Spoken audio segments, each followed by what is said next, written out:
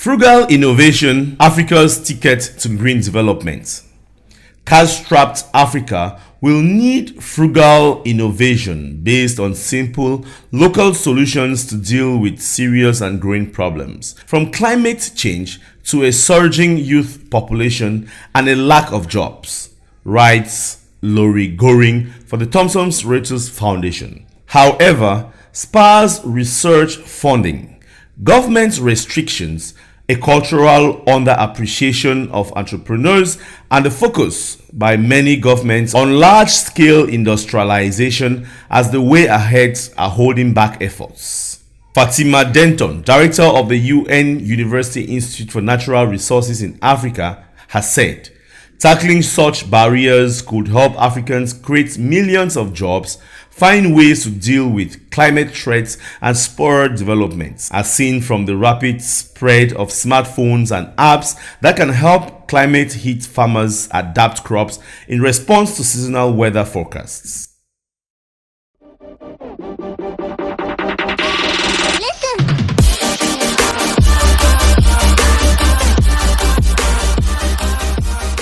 IMF confidence of Africa's economic recovery, albeit slow.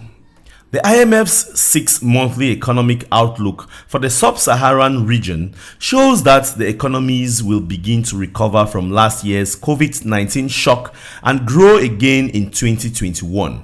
But a predicted 3.4% growth rate will fall behind that of the rest of the world, says the International Monetary Fund, IMF. The slow recovery is attributed to the slow delivery of COVID-19 vaccines to Africa and the lack of resources to stimulate economies.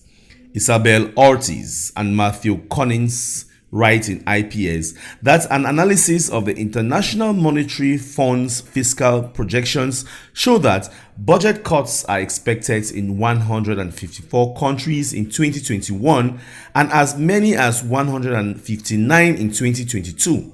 This follows an International Monetary Fund and World Bank virtual meeting with world finance ministers to discuss policies to tackle the COVID-19 pandemic and their respective countries' socio-economic recovery.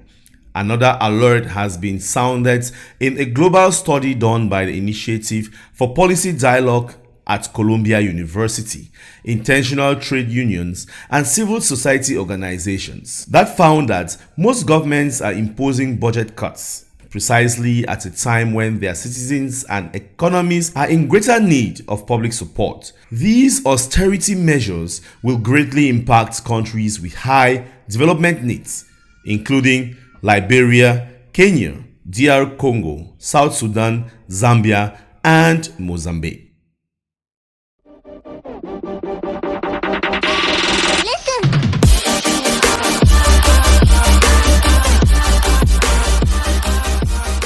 Kenya, Uganda agree on lifting off trade embargo.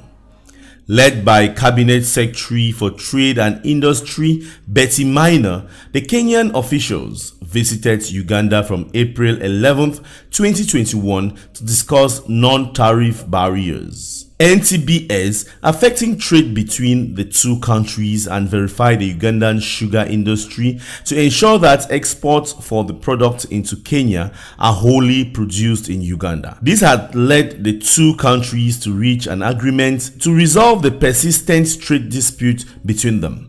Under the new framework of trade cooperation, Kenya will import up to 90,000 metric tons of Ugandan sugar per year, and from July 1st, 2021, when the new financial year begins, abolish a 35% excise duty on liquid petroleum gas cylinders manufactured in Uganda. In response to the concession, Uganda has committed to abolishing 13% excise duty on Kenyan manufactured juices, malted beers, and spirits, with effect from July 1st, 2021, and also scrap a 12% verification fee on pharmaceuticals manufactured in Kenya.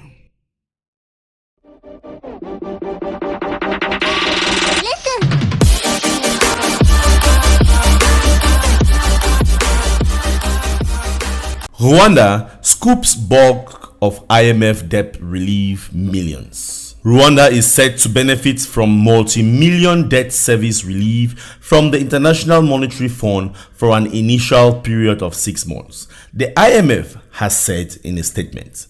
The development follows its approval for a third tranche of grants for debt service relief for 28 member countries under the Catastrophe Containment and Relief Trust (CCRT). This is the third debt service relief to Rwanda. It is part of the fund's effort to pause the collection of debts from a member of countries to help them deal with the impact of the COVID-19 pandemic.